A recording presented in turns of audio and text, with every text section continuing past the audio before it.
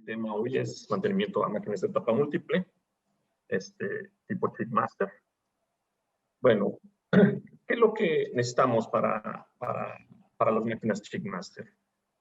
Como ustedes saben, la máquina clásica de Checkmaster es muy noble, yo les digo que es como un Volkswagen, solamente necesita gasolina. La máquina Checkmaster solamente necesita electricidad para poder encenderse, pero eso provoca que la descuidemos mucho y bueno, eso a final de cuentas tiene un impacto en los resultados. Hay una lista de verificación que debe de hacerse y que se recomienda que sea semestral, sobre todo en los ventiladores de ventilación, los ventiladores de recirculación interna. Los ductos, el volteo y la calibración son los puntos más importantes de una incubadora. Y veremos. Recomendable hacer una lista de verificación. Esto está diseñado para tener un registro constante de cómo está nuestra máquina y poder prever o calendarizar algún mantenimiento o algún cambio de elementos.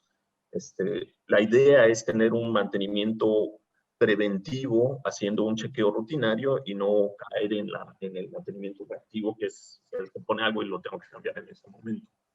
Y vemos una lista, es una lista más estandarizada, pero podemos incluir más cosas dependiendo de la experiencia y también del tipo de máquina en particular que tengamos. Hay ciertas máquinas que son mucho más modernas, tienen otros componentes. Las máquinas mucho más antiguas son relativamente más simples, pero entre más antiguas, tal vez necesitamos acortar nuestra frecuencia de verificación. Lo principal son los ventiladores. Necesitamos checar la condición, la posición, la limpieza. Los pernos son importantes, las juntas de los tableros, la limpieza de los ductos. Hay plantas donde los ductos jamás se han limpiado y tienen 30, 40 años, entonces se les ve una capa completa tanto puede ser hasta hongo, un polvo negro dentro del ducto que a final de cuentas nos va a causar ciertos problemas que no podemos predecir del todo. También la limpieza de los serpentines de enfriamiento. Obviamente el serpentín necesita disipar calor y eso lo hace a través del contacto. Si está sucio, pues se crea una película que hace que no haya ese intercambio de calor correcto. Las fugas de los serpentines. Otra cosa que no se considera, todos los serpentines, cuando usamos agua fría, tienden a condensar. Y todos los serpentines, sin excepción, tienen un canal de desagüe. Ese canal puede estar en los ductos de ventilación o puede ser un canal solamente de desagüe. Si no está correctamente colocado, bueno, sin necesidad de que haya una fuga física dentro del circuito del serpentín, puede haber un charco de agua producto de esa condensación si el serpentín no está debidamente colocado o el agua que condensa ese serpentín no cae directamente a la canaleta. Los filtros de agua de los serpentines, es muy común que estemos trabajando y de repente el serpentín no funcione, sobre todo cuando tienen sistemas abiertos. Terminan tapándose los filtros y obviamente eso deja de circular agua y por lo tanto tenemos más problemas a la hora de querer obtener ese intercambio de calor que necesitamos dentro de la máquina. Necesitamos checar el amperaje de las resistencias. Normalmente eso, si tenemos el registro del amperaje y de las frecuencias de funcionamiento, podemos predecir cuando un elemento o tiene problemas de conexión o ya se está desgastando y es necesario cambiarlo.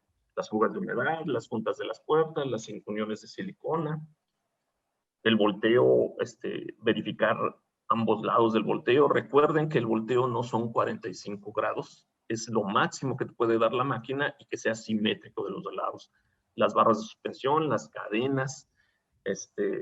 Normalmente cuando tenemos problema con la cadena es cuando truena, coloquialmente decimos en las plantas que truena el volteo. Eso significa que la cadena no está debidamente ajustada o no está bien tensa, o algún elemento muchas veces puede estar faltante. El lubricamiento de los mecanismos de volteo, de los movimientos de la cadena también es importante para evitar desgastes. Y obviamente hay que verificar el calentamiento, el enfriamiento, la humedad del volteo, el damper. y sobre todo calibrar las máquinas adecuadamente en temperatura, en el bulbo húmedo en el caso de estas máquinas, y podemos añadir algunos otros elementos más dependiendo del modelo específico de la máquina.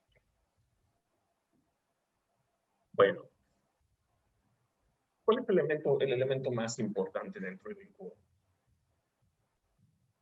Pues el elemento más importante a final de cuentas es la ventilación. La ventilación es la que nos permite hacer ese intercambio de calor y controlar la temperatura de esa masa de huevo que tenemos dentro de la máquina. Si la ventilación no es adecuada, no es uniforme, pues vamos a tener problemas a la hora de poder tratar de manejar la masa adecuadamente y bueno, tendremos mayor apertura de la campana de nacimiento o mayor problemas en cuanto a la calidad de ese pollo que estamos obteniendo de esa máquina en particular. Sobre todo, debemos limpiarla adecuadamente. El saneamiento, a final de cuentas, no afecta a los resultados como tal, a los resultados específicos en cuanto a nacimiento, pero sí afecta en los resultados ya con el cliente final, que es el que va a recibir ese pollo y que podría tener cierto riesgo de alguna contaminación o de alguna enfermedad. Las condiciones de esos ventiladores son importantes. La posición de esos ventiladores también lo vamos a ver en un momento. Sobre todo, aquí es importante porque los ventiladores crean una presión estática que succiona el aire fresco que proviene del ducto principal y hace esa recirculación interna para que tengamos temperaturas constantes y adecuadas. Bueno, aquí tenemos cómo están los sistemas antiguos, que se parecen mucho a los nuevos. El ventilador lo que hace es succionar aire de esta parte, de la parte superior de la máquina, lo que crea una presión negativa y por lo tanto puede absorber aire del ducto principal. Avienta el aire al pasillo principal y lo circula por la máquina y hace una recirculación de esta manera. Si se fijan, pasa por los serpentines de enfriamiento y parte de esta inyección de aire regresa a través de los ductos, en el caso de los ductos, de las máquinas que aún tienen ductos, y estos ductos acondicionan, los ductos vienen siendo como una mezcladora de aire, acondicionan en cuanto a calor y a humedad. Vamos a ver por qué es importante fijarse en ciertos detalles específicamente en este tipo de máquinas.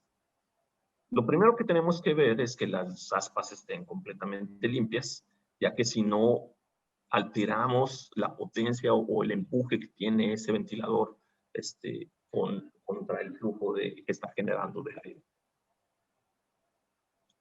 Vemos aquí estos detalles. Obviamente que una aspa sucia va a tener menor empuje, va a tener mayor peso, va a tener mayor gasto de energía y mayor desgaste en todos sus componentes. Y eso a la larga pues, nos puede causar problemas o incluso desuniformidad dentro del cajón de esa máquina. ¿Qué provoca todo esto? Bueno, viene obviamente de la suciedad propia que viene del huevo, de los materiales que estamos metiendo, que es el huevo, la bandeja. También puede provenir de las sales que tiene el agua con la que humidificamos. Y normalmente cuando tenemos máquinas que sobreventilan o sobreasperjan, vamos a tener más o vamos a necesitar limpiar más frecuente ese tipo de máquinas. Lo mismo va a pasar si nuestro filler llega sucio, si nuestro huevo llega sucio, bueno, vamos a tener más acumulación de materia. Si tenemos mayor cantidad de huevos bomba, de huevos rotos, vamos a acumular más materia y por lo tanto vamos a tener que limpiar más frecuentemente. Normalmente la mayoría de plantas tienen una frecuencia de limpieza de más o menos un mes o 2 meses, pero nosotros tenemos que modular para tratar de conservar la más limpia posible para evitar riesgos, sobre todo en cuanto a sanidad. Las aspas también quiero que estén en buenas condiciones. Aquí se puede ver que hay una aspa que está mordisqueada. Esa aspa no nada más crea problemas con el flujo, sino también desbalancea el motor y hace que empiece a vibrar, lo cual puede provocar las trumaceras, las juntas que tiene el motor se forcen y bueno, te va a durar menos tiempo y se va a calentar mucho más rápido. Las aspas deben de estar centradas, deben de estar posicionadas correctamente. Si vemos este dibujo, contra el tablero debe de haber entre 1/8 y 1/4 de distancia contra la cara interior del tablero. ¿Y esto para qué? Para que el empuje haga que la mayor parte del aire que avienta el ventilador, si le podríamos decir así, se vaya hacia el pasillo principal. Si el aspa está más hacia arriba, mucho de ese aire va a estar regresando por la misma área. Entonces no va a ser su función, vamos a estar gastando energía sin razón. Si vemos como el aspa es una aspa que está mal colocada, el ventilador, bueno, las aspas del ventilador están muy arriba, entonces mucho de este aire no circula hacia el pasillo, sino simplemente hace una recirculación en la misma zona negativa de los ventiladores. Las máquinas más modernas tienen este venturi o esta cubierta que obliga al aire que golpea el aspa a circular directamente hacia el pasillo. Por eso este tipo de ventiladores gastan menos energía y son eficientes.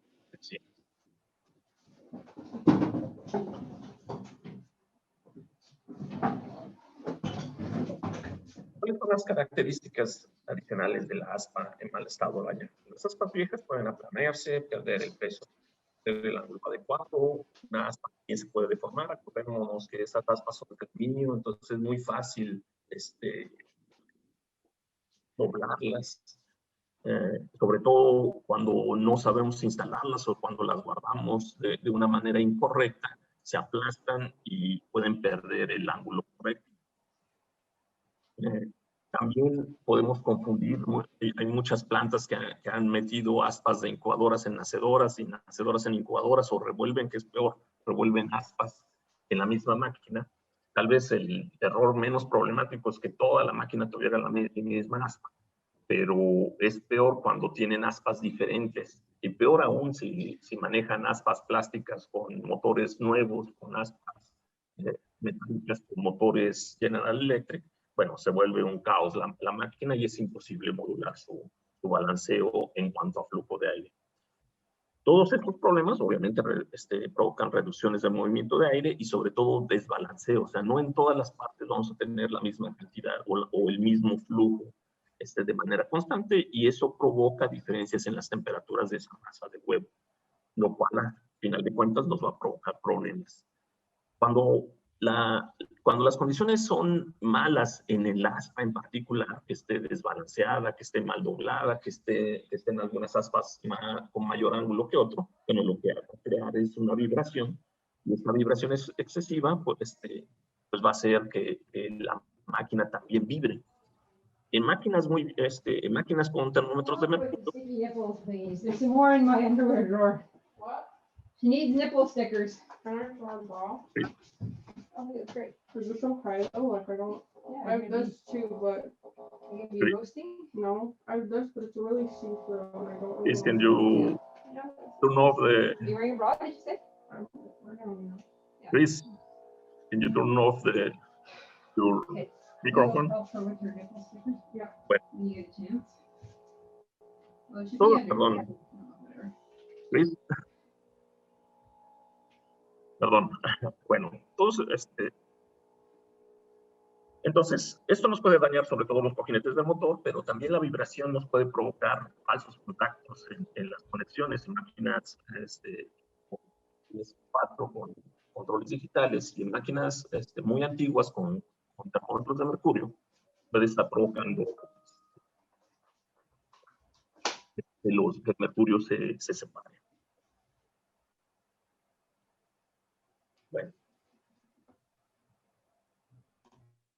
Pasemos a los ductos de humedad. Los ductos de humedad, como ya dijimos, son una mezcladora de aire en donde tenemos las resistencias y los aspersores de humidificación. Normalmente tienen la ventaja de que no, podemos usar prácticamente cualquier tipo de agua. El mismo ducto absorbe mucha de la sal, pero se deben de limpiar constantemente, porque si no, estos ductos terminan tapándose y, bueno, generando problemas a la hora de humidificar. En muchos lados, cuando tenemos estos ductos, cuando vemos la estrella, nada más está chorreando bueno, teniendo como si estuviéramos aventando un chorrito de agua y no está haciendo el asperjado correcto. Hay que revisarla constantemente, hacerle una limpieza adecuada y sobre todo verificar los drenes. El ducto también sirve como canaleta de recolección de la condensación del serpentín. En muchos lados no está debidamente adecuada o está desbalanceada de tal manera que el agua que se supone que debería de drenar la termina regando los ventiladores y, bueno, toda clase de problemas. Entonces hay que tener en las mejores condiciones posibles estos ductos. Los ductos también tienen juntas en esta parte, aquí se puede ver, las cuales deben de estar correctamente colocadas. Estas tienen la intención de que el aire que va del pasillo principal lo absorba casi completamente el ducto y no se regrese. Si no tenemos las juntas, bueno, parte de ese aire se va a regresar al ventilador y no va a estar haciendo absolutamente nada. Y eso le va a quitar flujo a la masa de huevo y por lo tanto vamos a perder cierto control en las temperaturas. Dicho en palabras un poco más técnicas, lo que vamos a provocar es que la diferencia entre el huevo con más temperatura y menor temperatura dentro de la masa de huevos que tenemos se abra más. En condiciones ideales, la diferencia del huevo más caliente contra el huevo más frío en una misma carga, recordemos que tenemos 6 cargas, no debería de ser mayor a 1 grado Fahrenheit. Si tiene más de 1 grado Fahrenheit, bueno, muy probablemente tenemos problemas de ventilación. El volteo también es importante porque el volteo, a final de cuentas, desvía el flujo el flujo de aire a través de esa masa de huevos. Aquí es fundamental que ese volteo esté uniforme, que sea el máximo posible. No va a dar 45 grados, eso tiene que quedar claro, pero sí tiene que ser el máximo posible y tiene que ser completamente simétrico. Y sobre todo debe de ser uniforme a través de toda la masa de huevos. Si no fuera así, bueno, tenemos que revisar qué es lo que está dañándose. Si, por decir algo, en un lado nosotros encontramos que el frente da 45 grados y atrás da 38, bueno, no es el sistema de volteo el que está mal, sino son las barras de comunicación de las diferentes levas las que probablemente están dobladas y son las que se tienen que ajustar. Si nosotros tenemos que el volteo de la parte, por ejemplo, de la parte derecha te da 45 grados y de la parte izquierda te da 38, bueno, y es ese ajuste de la barra Pitman contra la leva principal de cada lado, la que no está debidamente ajustada y está desbalanceada. Aquí podemos ver cómo más o menos se calibra el volteo. En cada uno de los lados tenemos la manivela principal, la barra Pitman, que cuando hacemos el ajuste debe formar una línea completamente en ambos lados.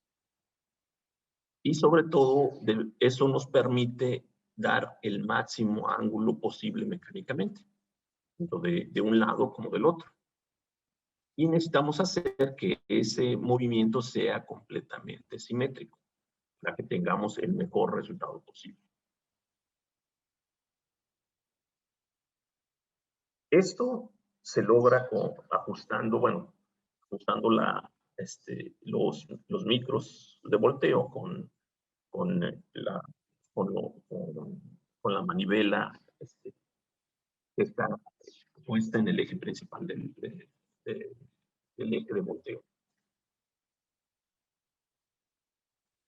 ¿Cuáles son los elementos adicionales que afectan el ángulo de volteo? La tensión de la cadena en los piñones. Hemos encontrado en muchas visitas que a veces ni siquiera está completo el de volteo. El volteo es similar a la cadena que tenemos en una bicicleta de carreras. Tiene un tensor. Ese tensor tiene que tener cierto movimiento, es la que a final de cuentas ajusta la tensión, pero no debe de estar fija, porque si está fija lo que va a provocar es que de vez en cuando como se resbale o haya un tronido. Debe de moverse junto con la tensión de esa cadena, pero debe tener muy poco juego. Obviamente que si los cojinantes están dañados y desgastados en la barra giratoria, bueno, nos va a dar problemas. Las ranuras desgastadas en las barras de suspensión, tanto de la delantera como trasera, los remaches desgastados en las bandejas, bueno, todo eso nos va a mover un poco el volteo y no hay manera de corregirlo calibrando el volteo como tal. Aquí vemos como las barras de suspensión, esta es una barra de suspensión nueva en buen estado, y las barras de suspensión con el mismo trabajo se van desgastando y van corriéndose en cuanto a su tamaño. Hay lugares donde incluso ha llegado a desprenderse esta barra de suspensión porque no se le da ese cambio constante. Lo mismo pasa con el perno. El perno a la larga tiene, con el mismo movimiento, empieza a tener desgastes y eso provoca que se mueva un poco el volteo. Algo que no debemos de hacer con estas barras es cambiar solamente un lado. Por ejemplo, tenemos en cada portabandejas o en cada hilera de portabandejas, tenemos 2 barras de suspensión. Si cambiamos solamente una, bueno, vamos a mover el ángulo hacia.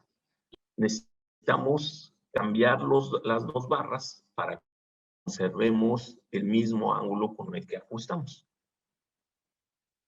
Lo mismo pasa con los pernos. Tanto los pernos de las levas de arriba como los pernos que están en los portabandejas deben de cambiarse por par. Si solamente cambiamos uno a la vez, pues vamos a tener diferentes ángulos en diferentes posiciones de las bandejas.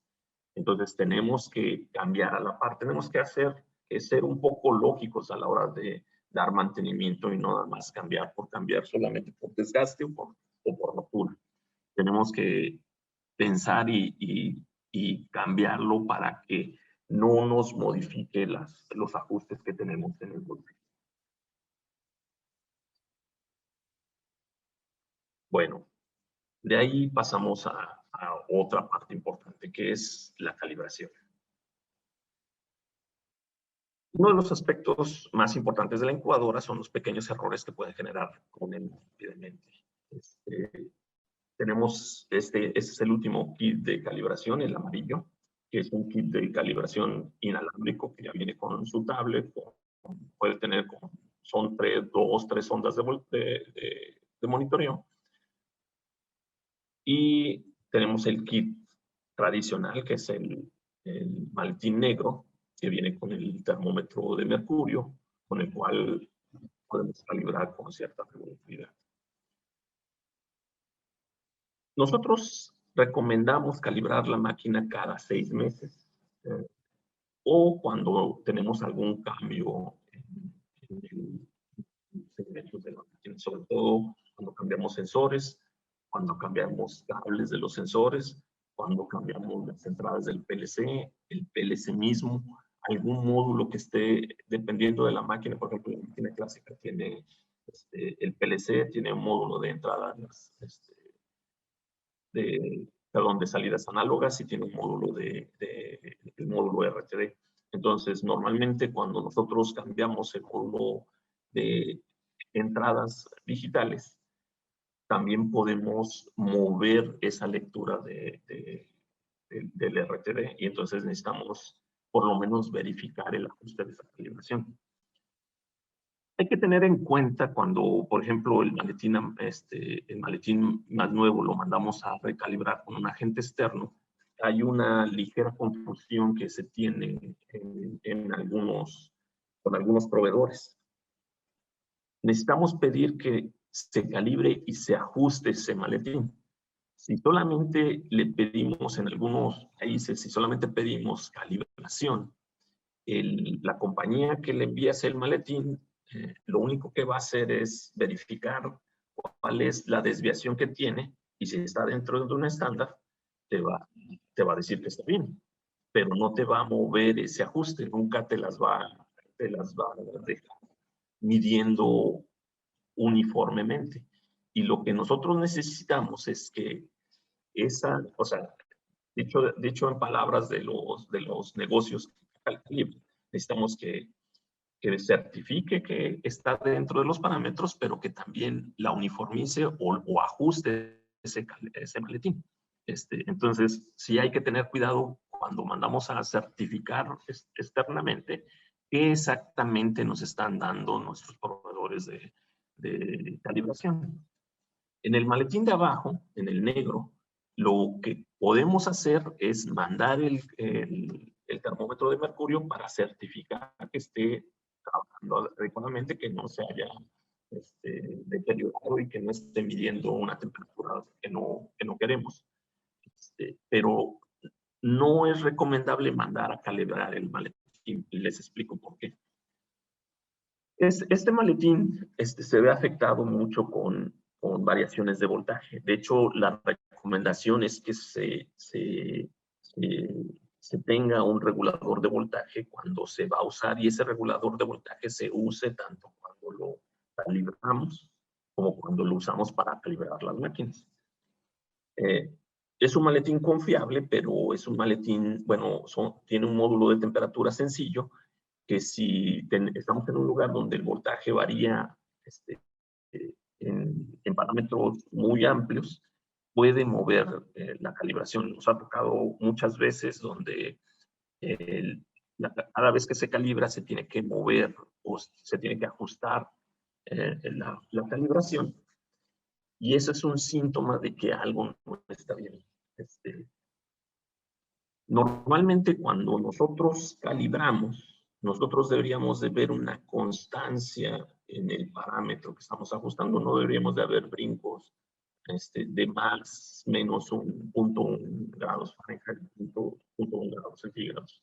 Si de repente empezamos a notar que hay brincos en los ajustes de 0.3, 0.4, 0.5 o más, bueno, tenemos que verificar qué es lo que está mal, porque muy seguramente o el maletín es el que podría estar no midiendo adecuadamente, y eso normalmente se debe, si es el maletín negro, es porque está en alimentado de un voltaje no controlado, o si es cualquiera de los maletines, también se puede deber a que los sensores no están en las mejores condiciones. En muchos lados no cuidan adecuadamente esos sensores, el cable del sensor, y está tenso, está roto, tiene uniones.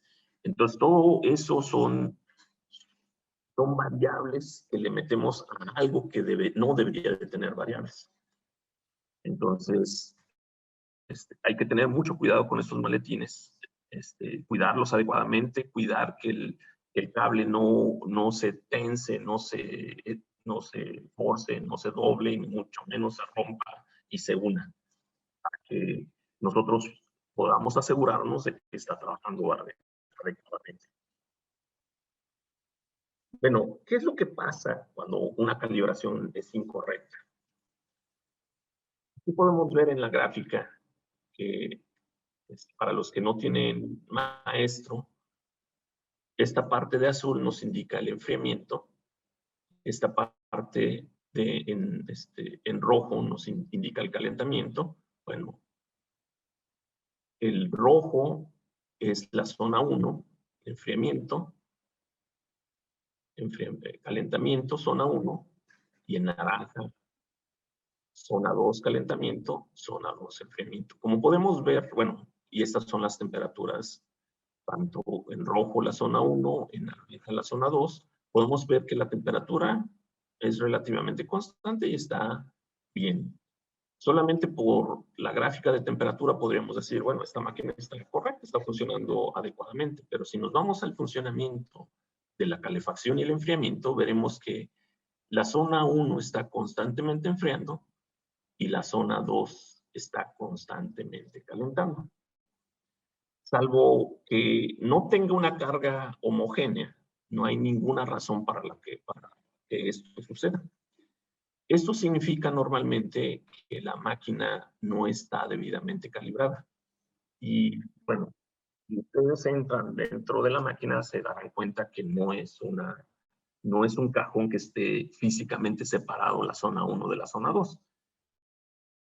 Podemos evitar que a final de cuentas se mezcle los diferentes flujos de aire dentro de ese cajón. Si no están debidamente calibradas las dos zonas o no están bajo el mismo parámetro, bajo la misma regla, lo que vamos a ver es que el aire que es más caliente, la que está calibrada o la que está enfriando constantemente, se vaya hacia la zona que enfriando constantemente, pero que podría estar midiendo una temperatura más baja que de la real o la que está midiendo una temperatura más alta que no sea lo correcto y realmente tenga una temperatura más baja.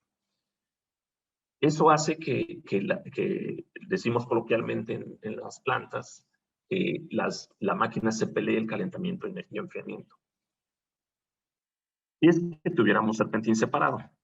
Cuando tenemos máquinas muy antiguas que no tenemos serpentín separado y que el enfriamiento, básicamente, bueno, que básicamente enfriamos todo el cajón al unísono, la máquina normalmente se desbalancea por el flujo de aire.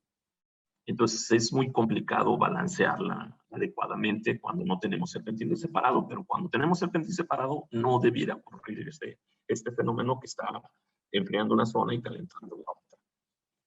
Esto normalmente significa una calibración desajustada.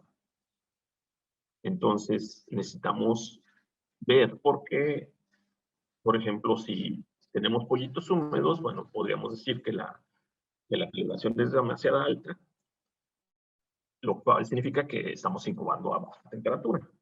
O si tenemos pollitos estresados, malformados, precoces, la calibración es demasiado baja y dentro de la máquina realmente estamos teniendo una mayor temperatura. Si se acuerdan, el pollito cuando enfriamos de más, lo que vamos a obtener es que el pollito se retrase. Por eso tenemos pollos húmedos. En realidad, muchas veces esos pollos están en buenas condiciones, pero simplemente necesitan más tiempo, producto de una baja temperatura. Pero si los calentamos, sí deterioramos la calidad. Y eso puede producir, bueno, y eso prácticamente no tiene arreglo, no tiene ninguna solución. Ya lo que afectemos en calidad no lo podemos recuperar. Y bueno, es importante volver a hacer la calibración. Y cuando tenemos controles peleando, bueno, a lo mejor en el peor de los casos, nos podemos encontrar a ambos casos, pollitos que se retrasan y pollitos que tienen problemas de calidad.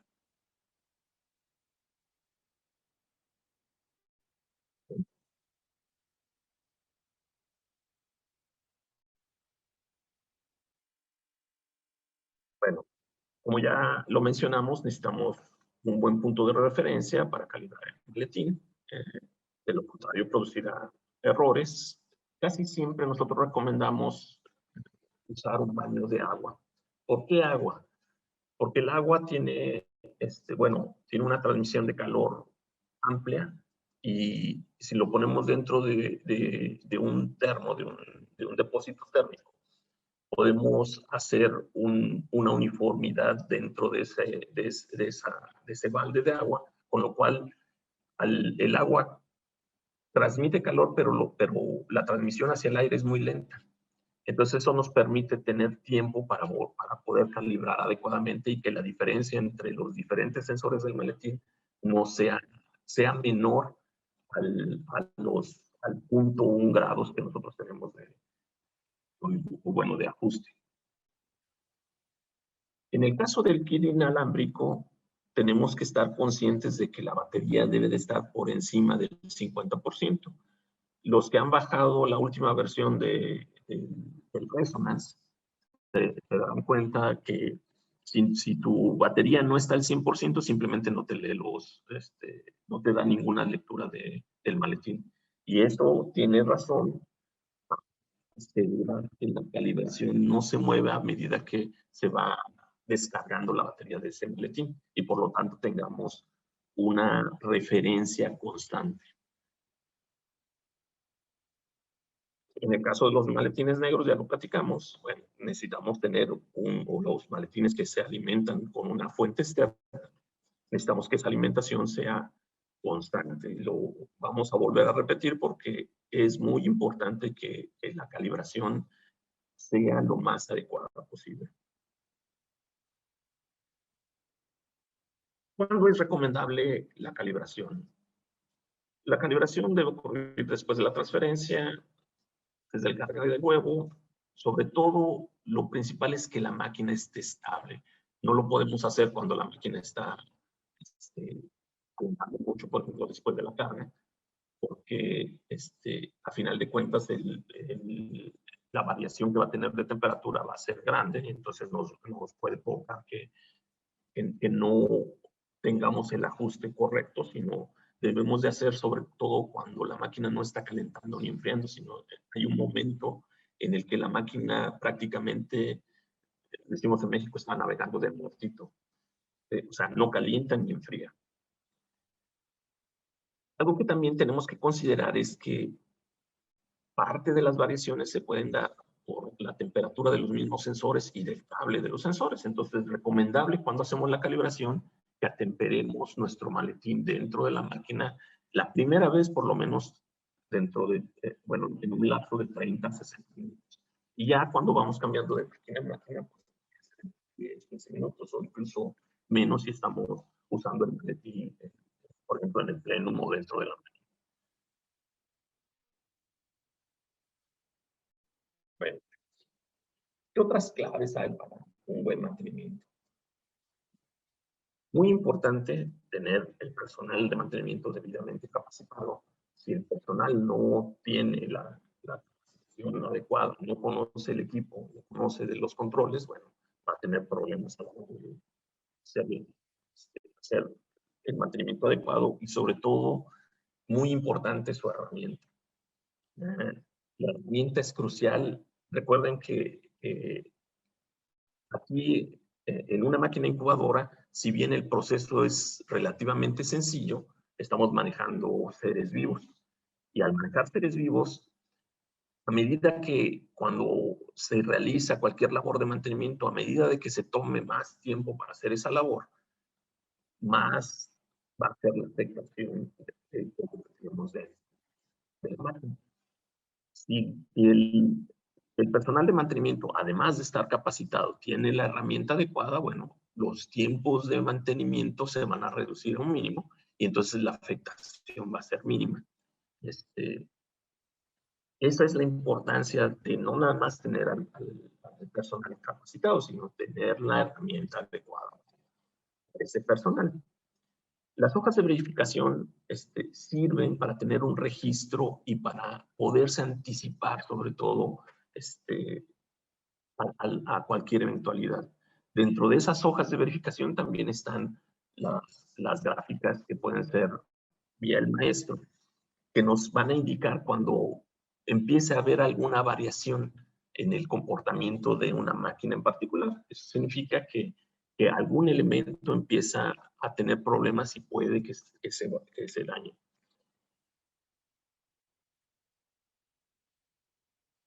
Algo que también es importante es tener disciplina a la hora de mantenimiento. Algo que hemos platicado con los muchachos cuando estamos dentro de una planta, es que algo que debe de imperar es el conocimiento de qué estamos operando.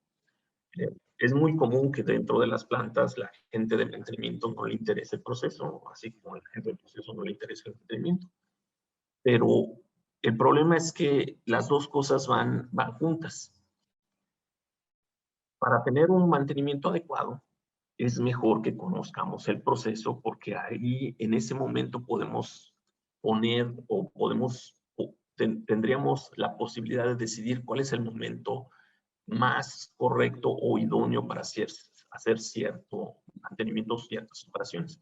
Incluso cuando ante una eventualidad no es necesario hacerla en este momento, o podemos esperarnos un poco más, o de plano tenemos que tomar una decisión muy rápida, por decir algo.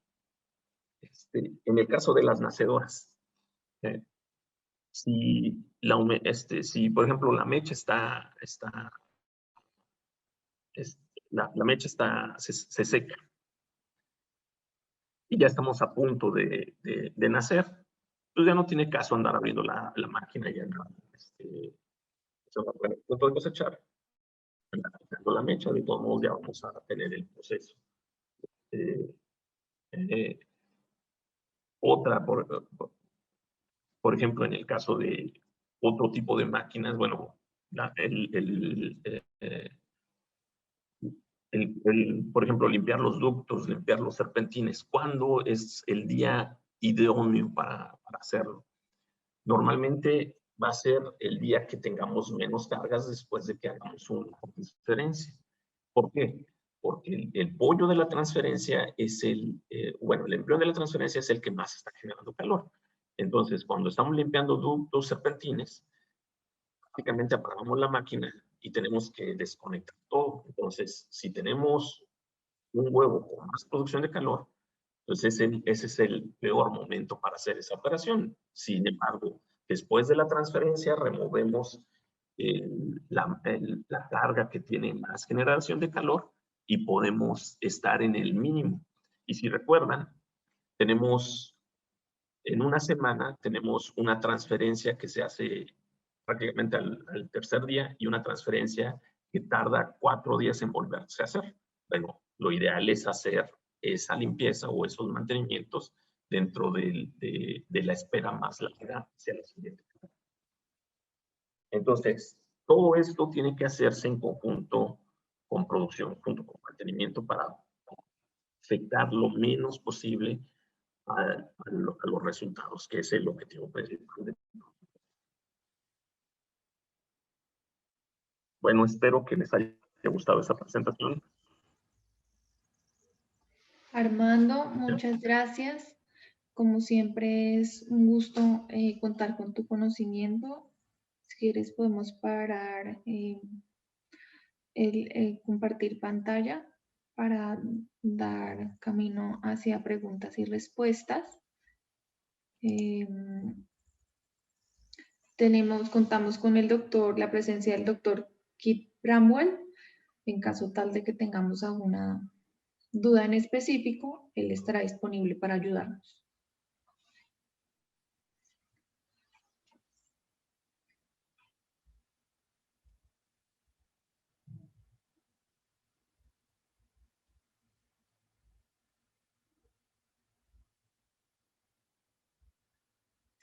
Armando, puedes encender tu video, tu cámara, para que nuestros asistentes nos puedan ver.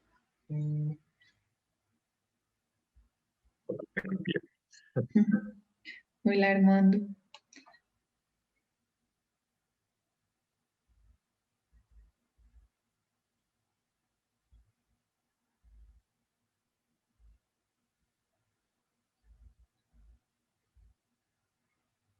Bueno, Armando, como para tratar de incentivar un poco las preguntas, me surgió una duda.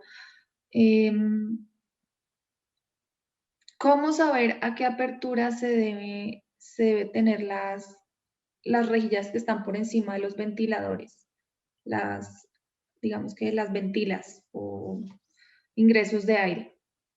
Bueno, normalmente las rejillas solamente las tienen las máquinas, bueno, en cada uno de los ventiladores los tienen las máquinas Millennium. Esas rejillas se recomienda tenerlas abiertas en la parte de la media luna, que forma la ventila, 2 pulgadas. Pero bueno, si nosotros requiriéramos mayor ventilación, porque vemos que el damper constantemente hace por encima del 80%, bueno, podemos abrir más. En el caso de muy pequeño o muy o ya ligera, donde requerimos menor ventilación, bueno, podemos abrirlas un poquito más. Y esto nos vamos a dar cuenta porque el damper constantemente va a estar más cerrado que abierto. Hay que tener mucho cuidado con eso, porque normalmente va a implicar, en el caso de abrir las luces, va a implicar que estemos humidificando más constantemente. Vale. ¿Qué consecuencias puede traer tener un extractor en etapa múltiple o un plenum con velocidad fija, sin tener una sala acondicionada? Bueno, lo que vas a provocar con la extracción física, la extracción fija, es que tengas un flujo de aire constante.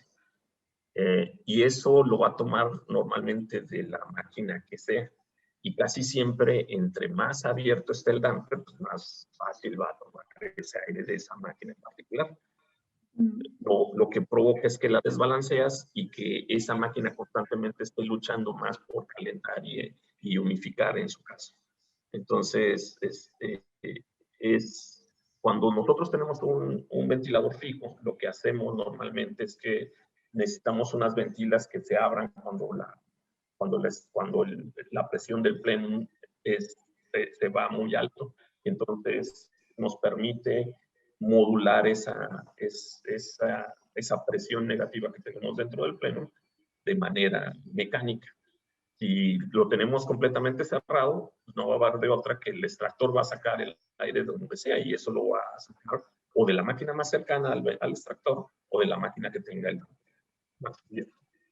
Y le va a costar más trabajo. Vale. O bueno, en el caso de las nacedoras, dejar como es cuando uno veía esas puertas por debajo sin sellar, ¿verdad? Había, en el pasado dejaban unas persianas que cuando la presión se hacía muy negativa, pues simplemente se abrían y jamás el pasillo. Eso se ocupaba mucho cuando eran las ventilaciones fijas, como los coolers y los extractores fijos. Bueno, eso ya tienen 15, 20 años. Hoy en día casi no se ocupa. Bueno, tenemos una pregunta de Leonardo Chávez. Buen día. Se mencionó que los ventiladores con tableros plásticos son más eficientes en comparación a los antiguos de madera. Consulta. ¿Cuál es la diferencia o en porcentaje o en amperaje? ¿Y cuál es la diferencia de qué? O sea, que yo recuerde, el ventilador, el General Electric, si no mal recuerdo, es de medio caballo. Creo que sí. Bueno, la diferencia casi viene siendo como un 25% en cuanto a consumo de energía. Necesitaría ver exactamente los datos, pero bueno, a final de cuentas tenemos un ventilador más pequeño. El Venturi lo que provoca es las aspas, todo el aire lo inyecten hacia el pasillo principal.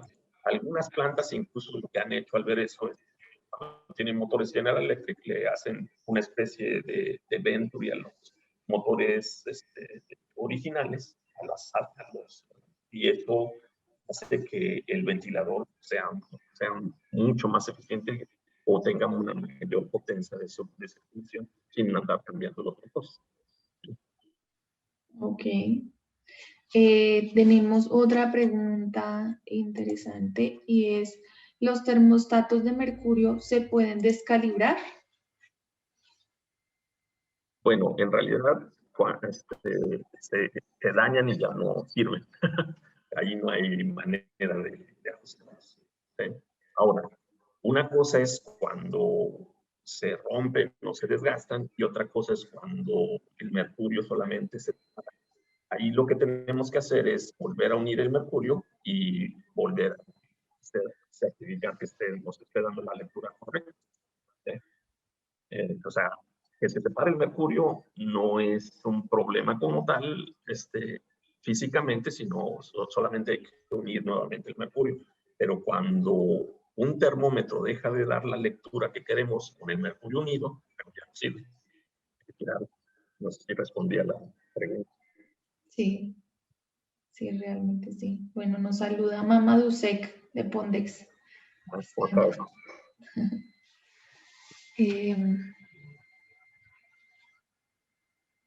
Bueno, esperemos si tenemos más preguntas.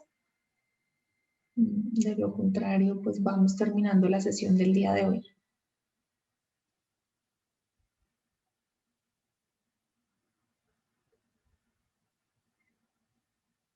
Otra, Manuel Guzmán.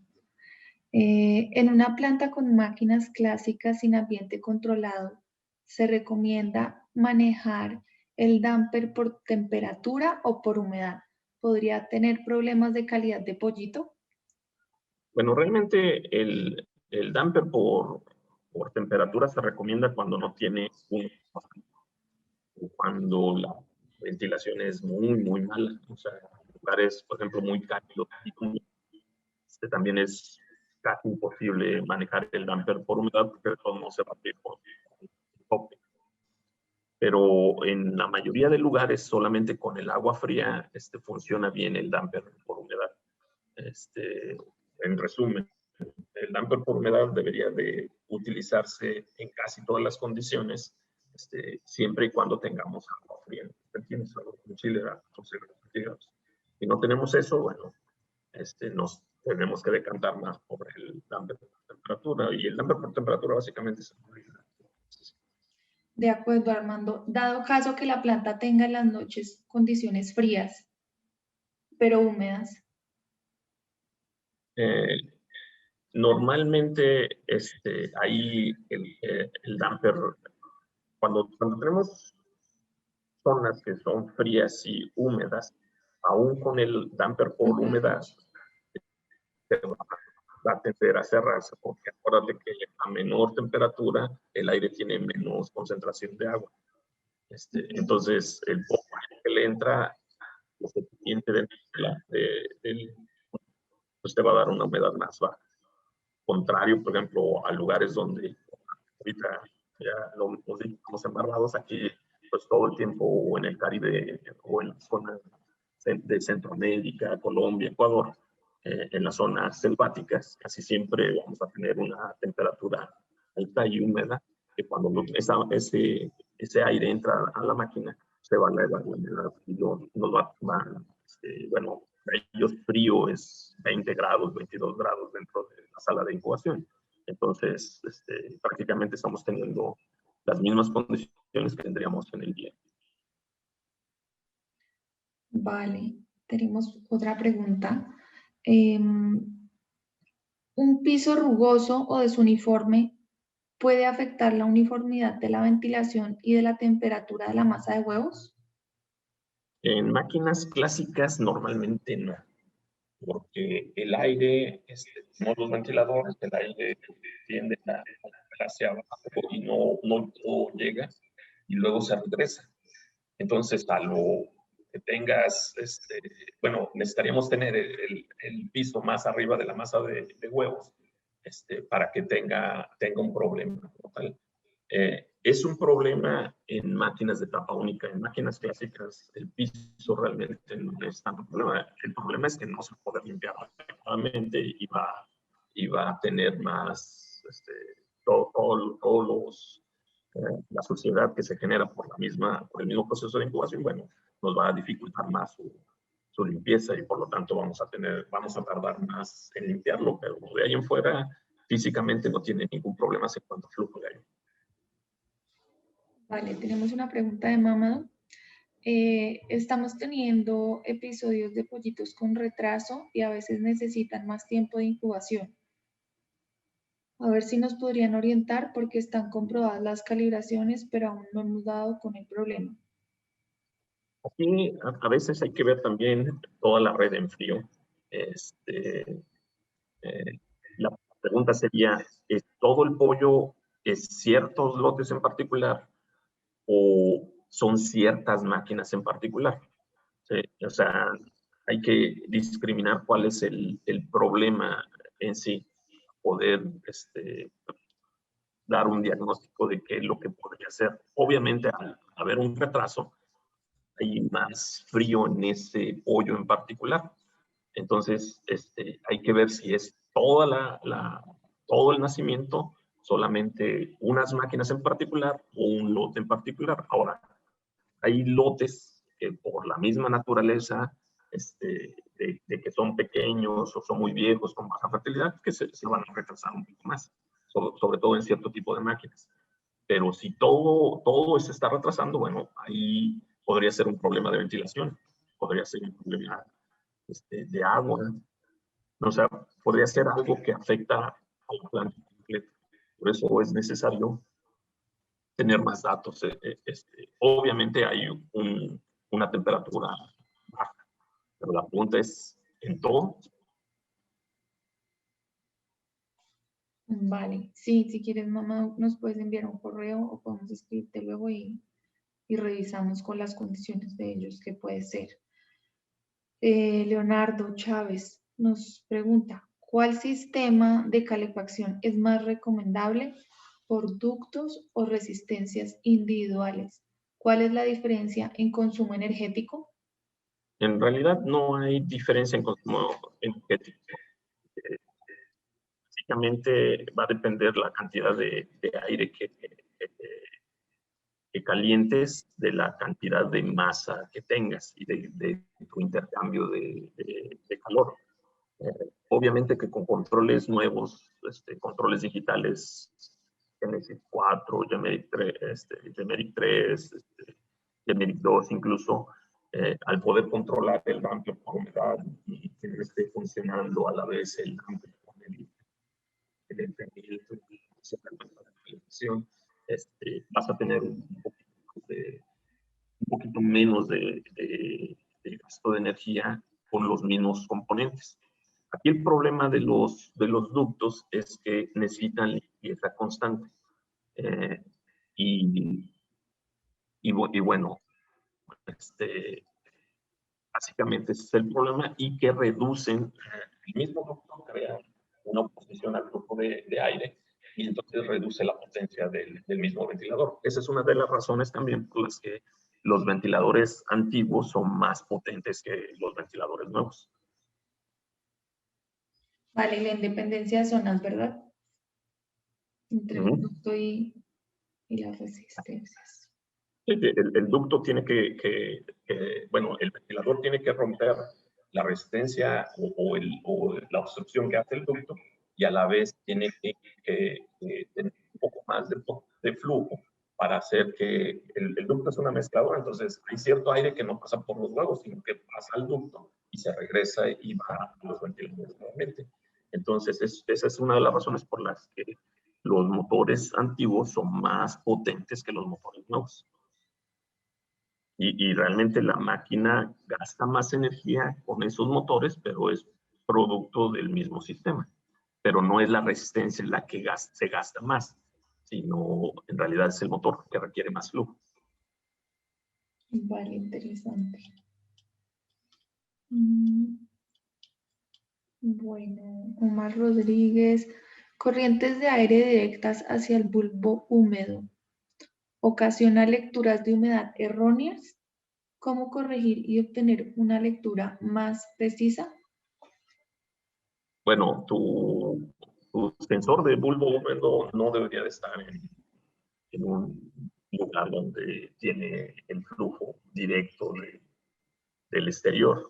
debería de estar midiendo. Si se acuerdan, tanto en las máquinas viejas como en las nuevas, más antiguas, como las más modernas, el bulbo húmedo o está en la parte trasera o está en la parte frontal y ligeramente hasta escondido, precisamente para evitar que el flujo o el aire que viene del exterior pegue directamente al bulbo húmedo. Esa es una de las razones. Entonces, en teoría no debería de estar afectándolo si está en esa posición. Ahora, si lo cambiaron, bueno, puede que esté midiendo una temperatura. Lo que nosotros queremos medir es lo que está sintiendo el embrión. Y esas son la razón de las posiciones, tanto los sensores de temperatura como los sensores de bulbo húmedo. Entonces, cuando a veces hacemos modificaciones y cambiamos la posición de esos sensores, bueno, podemos afectar esa lectura en particular cuando hacemos las modificaciones sin una lógica aparente. De acuerdo. Bueno, mamá nos aclara que a veces pasa en la misma máquina y del mismo lote. Lo que hablamos anteriormente, lo de los tarzos rojos. Puede ser fertilidad del lote. Habría que revisar. Sí, ahí casi siempre hay que revisar los diferentes eventos contra qué lotes, y a lo mejor puede ser que sea la máquina combinada con un lote a lo mejor joven. Entonces, a eso se le llama una discriminación de qué es lo que estás teniendo y dónde están estos eventos frecuentemente.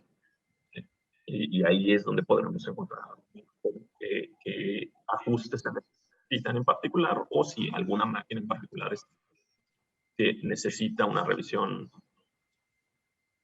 De acuerdo, sería bueno ese lote cargarlo en otra máquina y hacer el ensayo de en esa zona en especial, cargar otro tipo de lote para tratar de descartar.